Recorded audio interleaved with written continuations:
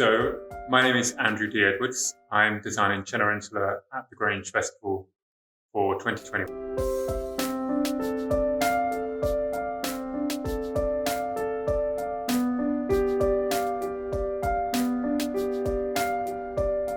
I think we all have our own individual journeys to becoming theatre designers. Some people, it's something they've known about their whole life.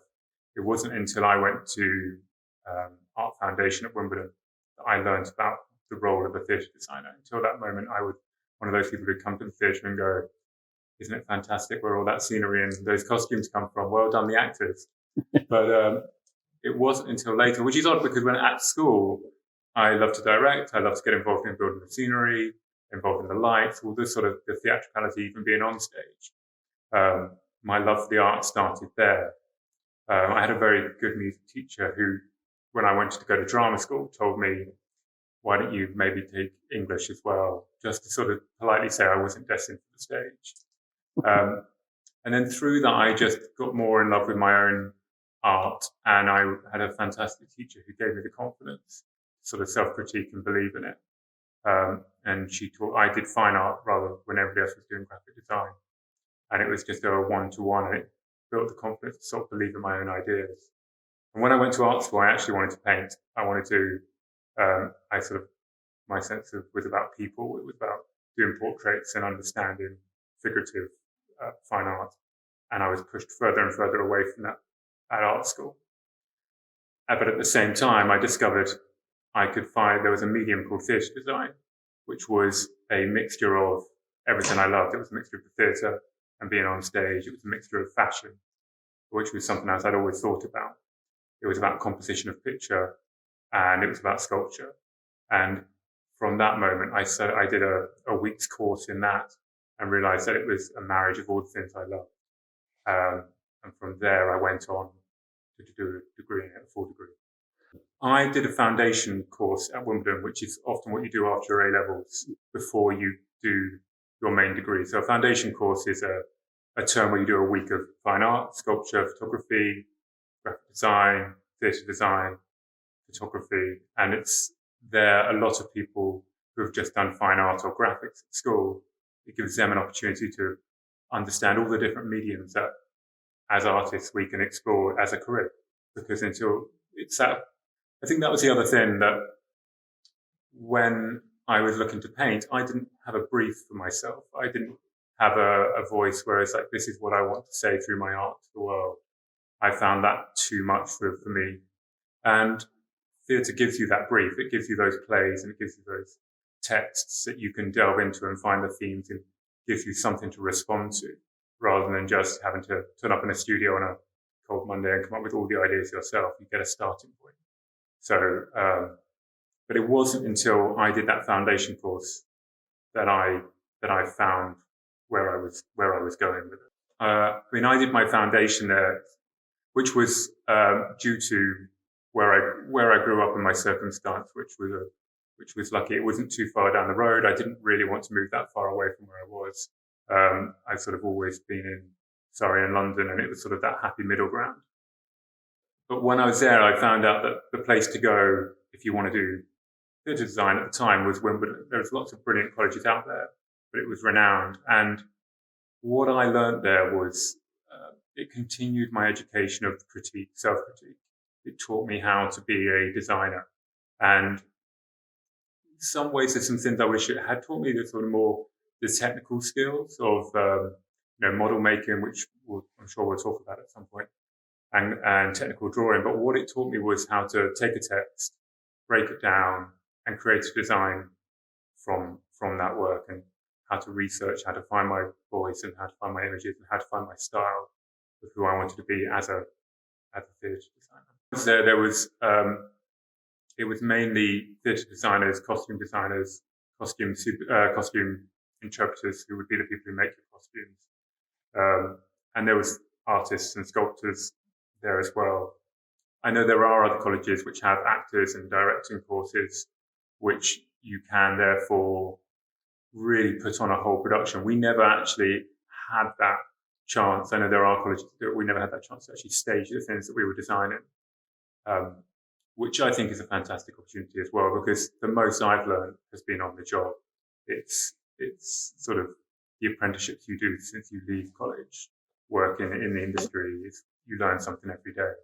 But there are colleges there which give you that wonderful hybrid of working as the collaborative team that you would be working in when you leave.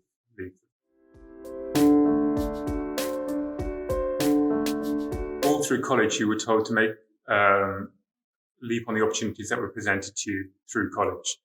Practitioners would come in from outside, so directors and designers, and they're going to be your go-to people when you leave.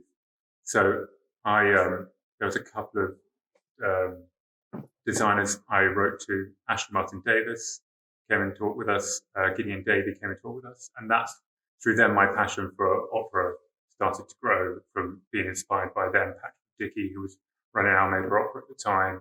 It was just we had a moment with him where he came in and he brought an opera singer with us, and they sat as close as we are now. And when she started singing, it just moved you so much. I just was like, this is where I want to work. I need this emotion in theatre. But then when you leave, you're in the world with everybody else, and it's not a summer holiday, it's real life now. And I don't think anything can prepare you for that, especially as a self-employed person. You just have to sort of start writing letters, making yourself available. And that's what I did. I sent letter after letter to different designer, and Ashley agreed to have a coffee with me. And he recommended I got in contact with a young designer called Tim Hatley at the time. And Tim met with me and we had an interview one week. And I was working in London in a restaurant to make ends meet. And on the Saturday night, I just had enough. I just sort of was told I was not polishing the glasses correctly. And I handed my notice in. And on the Monday morning, I got a call from Tim asking me to start as an assistant. And that was 15 years ago, maybe 20 years ago. And I didn't stop working from that day on. Wow. You can't predict where your breaks are going to come from in this industry, but you have to grab every opportunity with both hands. And this may sound brutal, but you've got to wring all those contacts out, those people. If you want to succeed, you've got to make it work for yourself. We had a moment with him where he came in and he brought an opera singer with us, and they sat as close as we are now. And when she started singing, it just moved you so much. I just was like, this is where I want to work. I need this emotion in theatre. But then when you leave, you're in the world with everybody else, and it's not a summer holiday, it's real life now. And I don't think anything can prepare you for that, especially as a self-employed person. You just have to sort of start writing letters, making yourself available. And that's what I did. I sent letter after letter to different designer, and Ashley agreed to have a coffee with me. And he recommended I got in contact with a young designer called Tim Hatley at the time. And Tim met with me and we had an interview one week. And I was working in London in a restaurant to make ends meet. And on the Saturday night, I just had enough. I just sort of was told I was not polishing the glasses correctly. And I handed my notice in. And on the Monday morning, I got a call from Tim asking me to start as an assistant. And that was 15 years ago, maybe 20 years ago. And I didn't stop working from that day on.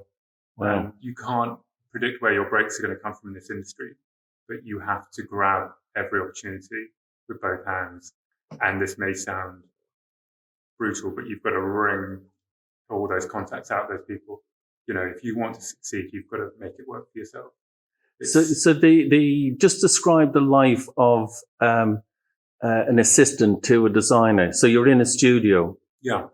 So I started out so when we design sets for theatre and opera, we make 1:25 scale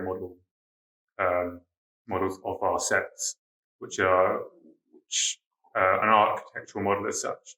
But we need little bits of furniture in there, so it's realising the design, but much, much smaller, so the director and the designer can have a conversation about that. And the assistant's job is to make those models. So you're making small chairs, you're making tables, you're making scenic flats or artworks for backdrops. And that's where you start out. You start out sat in the corner, listening around the studio, hearing what's going on, and you start to, that's how you make your bread and butter. You sort of you make bits of model and become part of the team and try and make yourself irreplaceable at the same time. Because as soon as you're out the door, you've got to start all over again. It takes time to understand what a designer wants. And if the longer you spend with a collaborator or a designer, you understand their aesthetic and what they want and where their details are going to be needed. And especially now as a designer, I have assistants who can second guess me, which is great because you need that support and you need that sounding board. But it takes time and getting it wrong and learning from your mistakes quickly. I think that was the thing. When I worked for Tim, I was very lucky that we were moving into some more digital drafting. It was something he didn't know so much, and it was something I really didn't know very much. But I was a quick learner, and when I made a mistake, I admitted it. And when I had a question, I asked it. And then I never asked that same question twice. You just got to get it.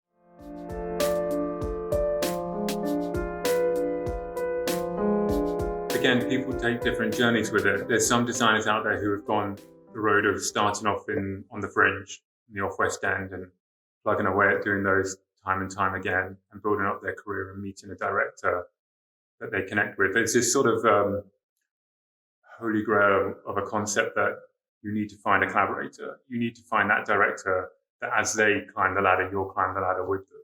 And there's a lot of pairings out there. You can watch them and they always work together. But it takes time to find that person. And I chose a route to do it through assisting, where I built up my relationships through bigger designers, waiting for hopefully them to be too busy one day and going, you know what, I can't do this, but why don't you use Andrew instead? And it did happen in the end. It did happen on one job later on, but before that happened, I did some fringe stuff and made contacts also through being an associate designer, where then a production manager or a producer had a smaller project and my name then got given into that. So it's all about relationships. It's sort of, someone said it to me early on, it's 80% getting on with people in this business and 20% talent. And I'm not saying there aren't a ton of talented people out there, but we spend a lot of time with these people in a very tight family orientation, and you need to be able to get on with people. We all share so much of ourselves on each project. We need to sort of have that harmony between us.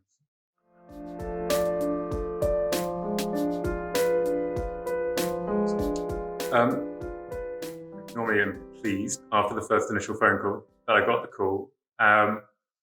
Stephen and I, who designed Cenerentola, this was our third or fourth opera we've done together.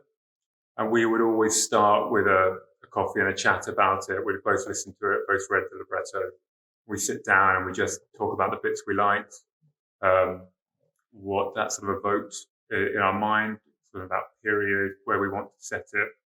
We start with those meetings, and sometimes in those meetings we start to sketch ideas out, as it just depends how the conversation goes, really. And then I'll go away and he'll go away, and we both sort of pick some ideas and some images out of thin air. It's an instinct design.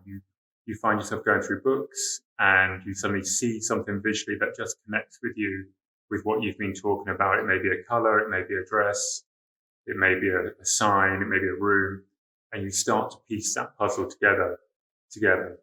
And then we come back, we share those ideas, and then we start to work our way through the libretto. And it may be key scenes where we've gone, I think this will really work for this.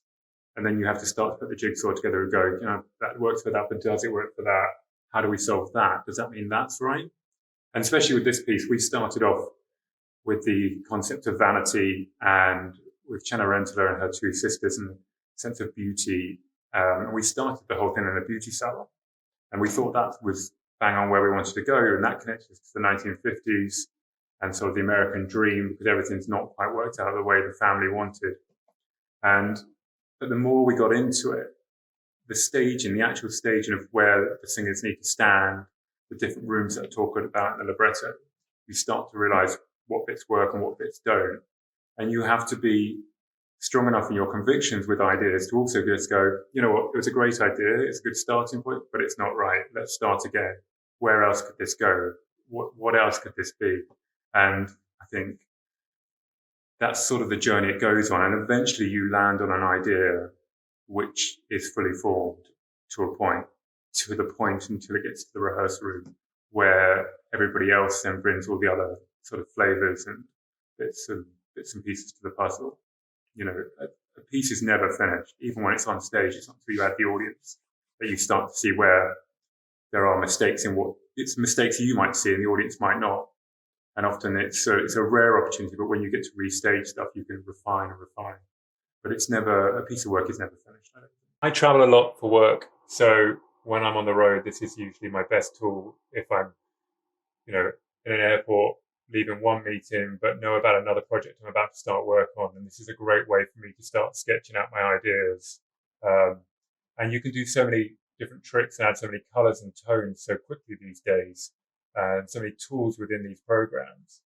This idea, we started off with the 50s and some cinematic lighting, had this rough shape. You can just start to pick different images off the internet, grab them, cut them, and throw them in here to really give you a sense of what you want your idea to look like and how you want it to transform and the different shapes that it could possibly be. You know, it's sort of, you can quickly look at those different locations and sort of work through your head, you know, sketch it out again and find the different textures that you're thinking about without always having to model it up. I think it's those first early stages and creating those visuals that open that dialogue with the director so they can see what's inside your head. You know, it's a fantastic tool these days. You know? It means we can move a lot quicker than we may have used to.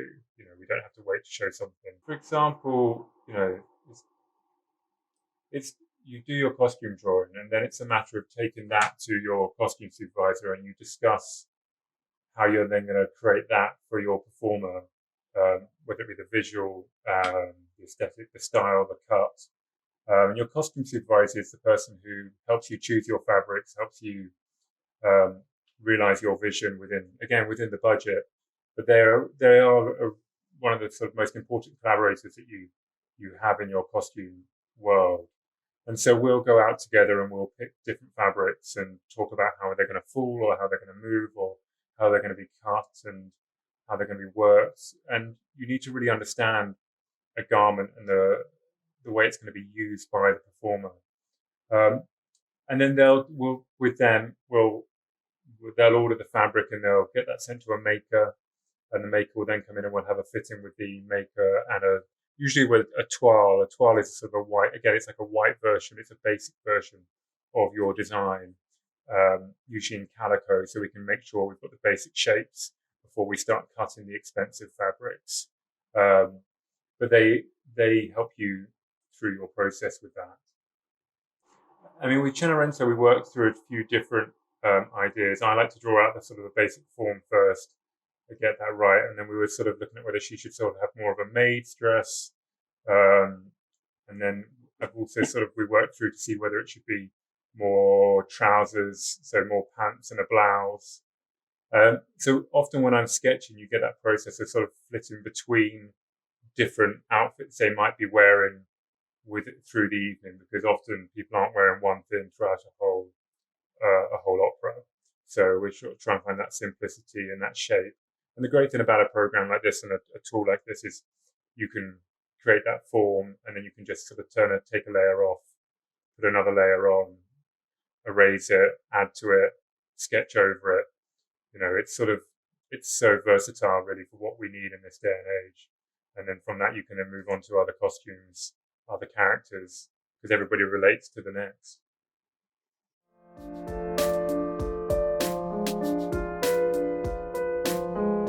I mean, everybody's always trying to find a new way to create the wheel when it comes to design. And you know, it's a bit like Shakespeare that these productions will be done time and time again, and they need to be reinvented for different generations. And you're trying to find something that makes it accessible in today's generation. Where we landed with this is we feel that it's very sort of a la mode, it's very on trend. The 50s is back, and it's something we can all connect to right now. And I think that's what you're always trying to do as a designer is take something from the past and move it to the future. You have to look ahead and see what's new and up and coming, and challenge an audience into embracing it. You'll never please everyone. That's the beauty of what we do is that, my nan, when I told her what I was doing for a career, she used to go and see all the opera at E&O back in the war. She was like, there was nothing wrong with it then. Why are you reading? I was like, well, I won't have a career now if you don't let me do this. But you've got to find that, I think you've got to find that way to reimagine things and respond to the market. But there will be people who don't like it, but that's good too. That's the whole point of theatre, is that you don't want to please everybody in the audience. It's good to be challenged. And if we aren't challenged, then we won't create something better next time. I try not to go to see stuff that I think I'm going to have that opinion about, because even though saying that people won't like it, I don't get much time off to go to the theatre. So when I do, I want to make sure I'm having a nice time. But believe it or not, I try and see the positives as much as I can, because I know what it's like to work in this industry. I know what it's like that at the last minute somebody goes, we can't afford that, or I'm not wearing that. And so you have to look at every decision on stage with a sense of, I imagine that's not what they wanted. Maybe it was, and maybe I don't like it. But I try to keep an open mind, because we're all trying to do our best, and it's all our own interpretations. I think you have to be open-minded as a practitioner and supportive of each other rather than be negative to it. There will be pieces you just don't connect with. It's going to happen. But I think we should try and see the positive in people's work and talk about those rather than focusing on the negatives. We then start to make models. So the first part of the process is called a white card model, where you literally put everything in white card. I think it's changed a bit more these days. Because we have printers and we can Photoshop things and artworks, we can get color into models much quicker than we used to. But it's a very basic architectural scale model of our set, of our idea. We then take that and talk about it with the theatre that we're working at and the production manager. And the next big hurdle is whether we can afford it. There's always a budget that we have to work to, and there's different schools of thought. Should you work to the budget, or should you work to your idea and then try and make the idea work within the budget? I'm of the latter. I think if you put a stamp on the finance too early on, you won't let your mind roam to the ideas you need them to get to. There's always a way to peel it back. There's always a way to adapt. It may be in the materials you choose or cut in bits and pieces. But the next stage is making sure you can afford what you're doing.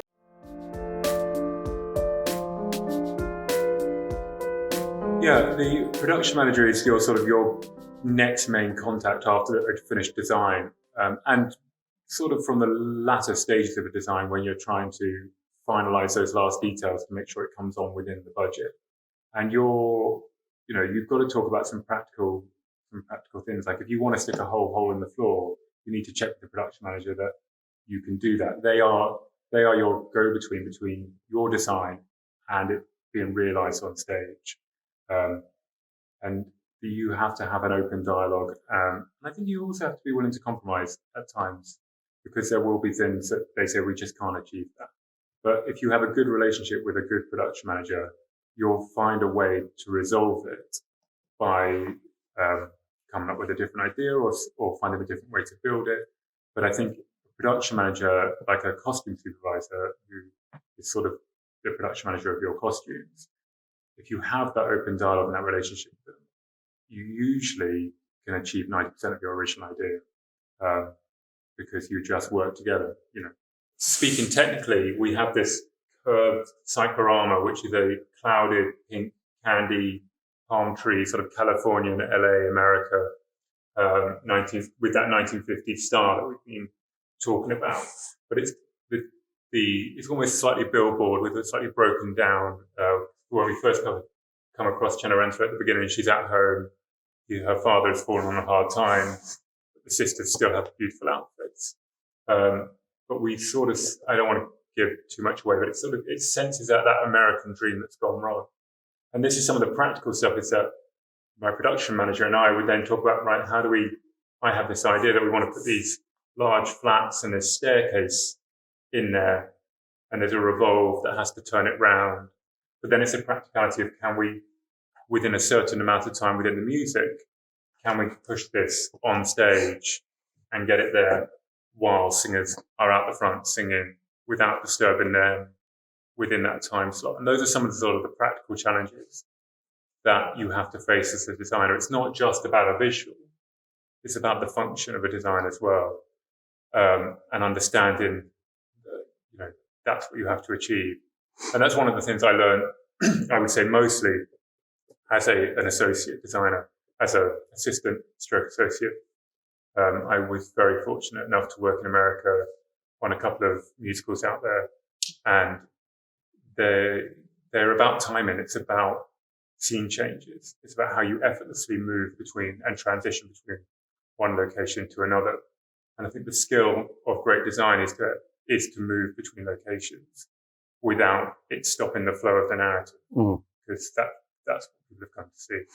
I think it's worth saying that that's the other key reason we do the models is that for the paint finish, it may be completely forgotten, and it's sort of one of the oldest trades in the industry, but it's one of the most magnificent trades in the industry, is that without these models, the scenic artists that paint our scenery, it's one thing having all these technical ideas and getting it all built, but it's the finish of it. And these models they're our starting point. They're our Bible as such for the scenic artists to look at.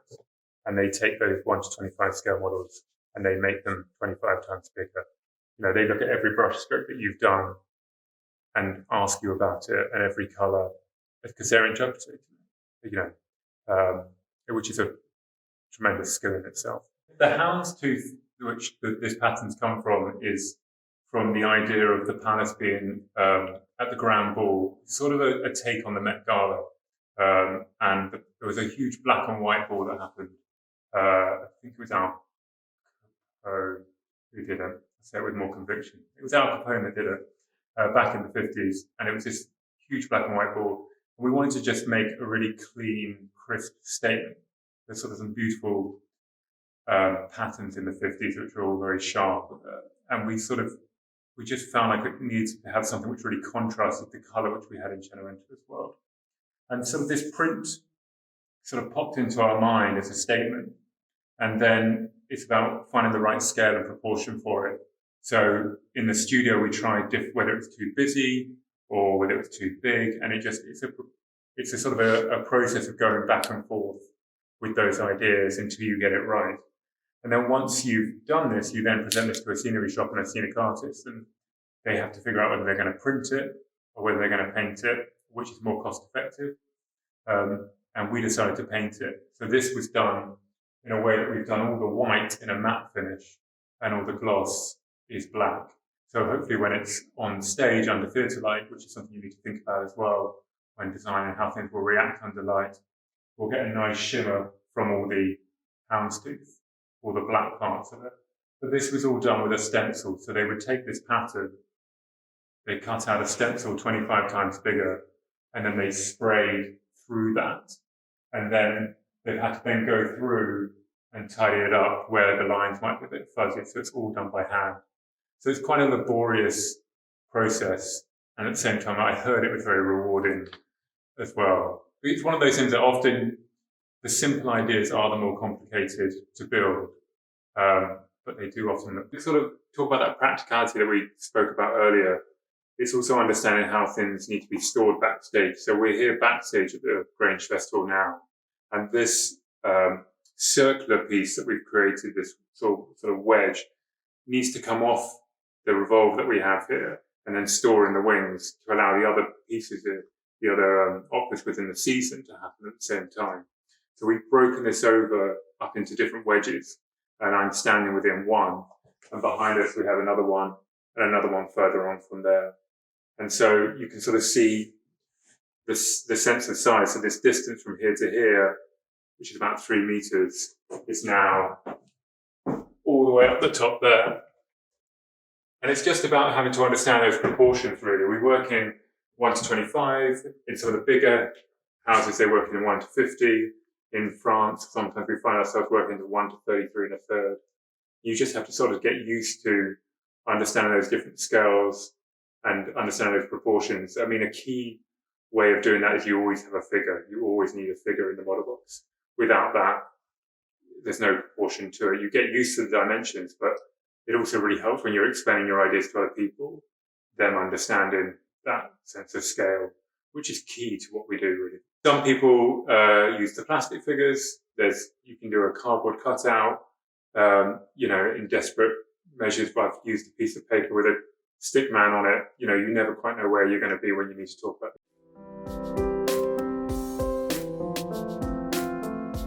I think one of the great things about what we do is we get there's a real diversity to our role. So you get your time in the studio on your own, coming up with ideas. You then get your time with the director, collaborating and come up with a concept together. And then you get to go to the scenery shots and have that time visualizing your idea. But the one key part of all of that is the rehearsals. That's where your idea and the director and you get to have that time to see it all realized and see that storytelling, which is why we're all here, why that libretto and that work with the performer come to life.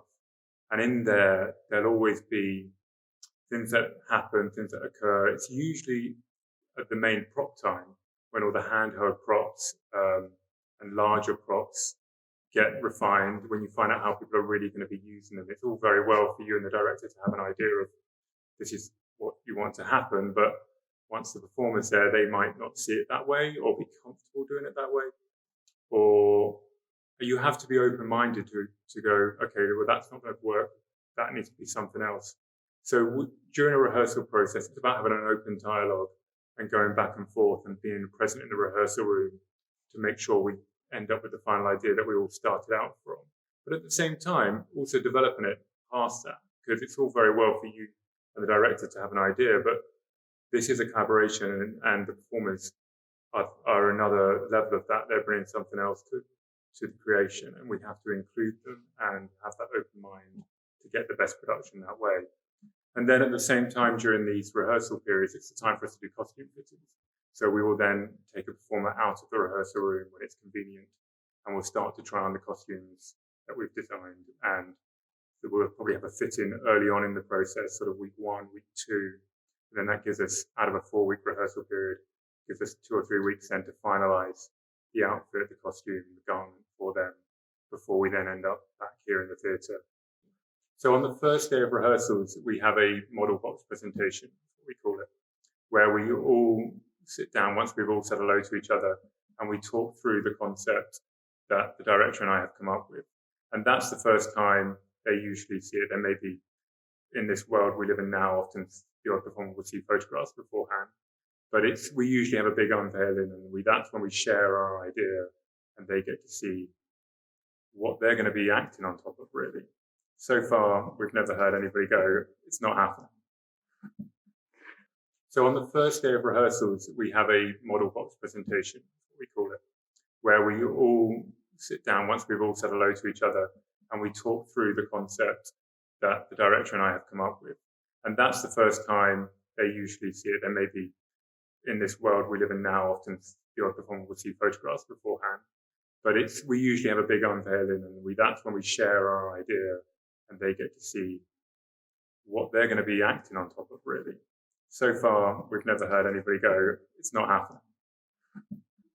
I think there's always a challenge. There's always a crazy idea. I mean, when we did Barbara Seville last year, asking Jose Marie Monaco to go and sit on a swing inside a birdcage, you never quite know whether they're going to be game for it or not. And you hope they are, and everything goes well.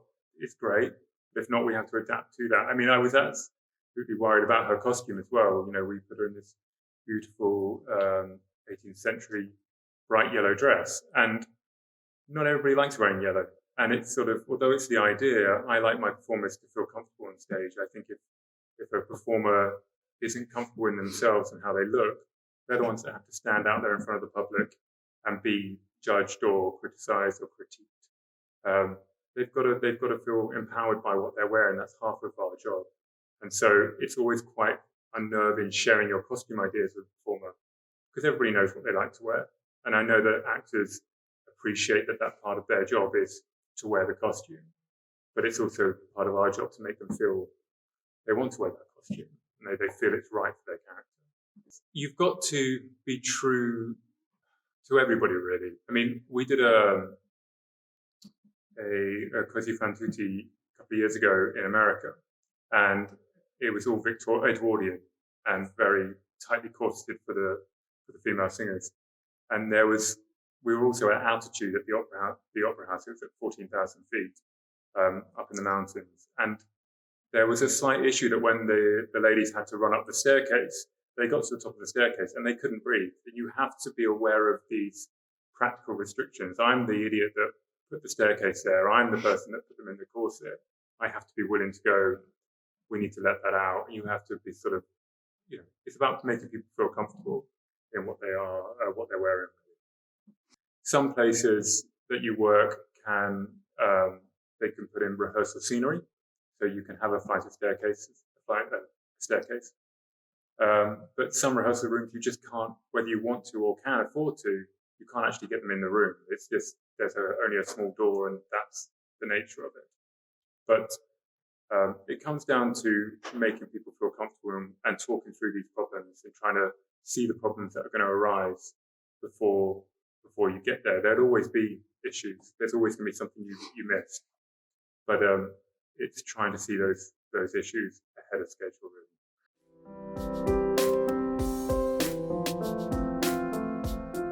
I think it's an interesting process because often you have your model box presentation, and then 4 weeks later, people come into a theatre and see the thing, and they were like, "Oh, there was a staircase, and I had forgotten that." And it's amazing, even though you leave a model box in a rehearsal room and references and photographs of every scene, they're pretty occupied looking at what they need to and learning their roles and their characters. So that first day when we get into the theatre, it's always a mixed day between everybody being thrilled and excited by the realization of what they've got, the new toy in the room. But there's also that moment of everybody starts to go, this isn't quite right, or how am I going to make this work? And that's when you have to be, you just have to be open and just hope and either talk people into it. You are sort of working with them, or see how you can work within their needs to make them feel more comfortable. As I said sort of before, they're the ones that have to be up there. It's about making them feel safe. We have a little bit of time in advance usually where we will see the set and the lighting designer will put up some lighting states. They'll focus all the lights and come up with some ideas and suggestions for the director and I to look at. And we'll have sessions without the performance there where we can look at the style of the lighting and sort of add the final sort of painting of the picture. But then once we have the singers with us, we need to move quite quickly. And then when we have the orchestra with us, we have to move even quicker. It's the different mediums of theatre, opera and musicals are all very different. A play can be, that technical rehearsal can last 3 or 4 days in a continued line. In a musical, you can have that technical rehearsal for 2 weeks. And in an opera, it's more, you have a day on, a day off, a day on, a day off, and then you're on. But also in opera, you have a piano rehearsal with the orchestra, without the orchestra. And so we have more control during that period of time. And then when the orchestra come on board, it's more about the music, and you have to sit back a bit more. So you have to move quick because you only get about like a 3-day window to actually put all those pieces together. And everybody's aware of it, so everybody's working together, but it's quick. I think that's the thing, that you've got to all of those early meetings, it's about getting everybody on the same page, and it's about making sure that we all understand those ideas. And it's about compromise. Nobody, I don't think anybody should have the best idea. It's all about understanding the needs of everybody else. And through that way, we'll create something fantastic. But it does happen. It does become you do get people who are just not happy with things the way they have turned out, and things have to be changed. And if everybody wants it changed, we'll have to change it, But it's often a shame. But the audience don't know, the public don't know. You're the only people that know, and I think you have to be willing to see that for the sake of the piece. And you can't, the audience won't know, and it might end up being a better idea. You have to sort of just accept that. It's such a gift to do a job where you get to share it with over 500 people, up to 1,000 and sometimes more. That moment where you sort of open those doors and let people in, it's great. It's what we do it for. It's not. I don't do this for myself. I do this to challenge an audience's imagination, which, everybody has their day-to-day job and they want to come and be entertained. And we have that privilege to have these black boxes and open air theatres as well, where they want to switch off their minds and open their imaginations. And that moment when you get to share that, it makes it all worthwhile.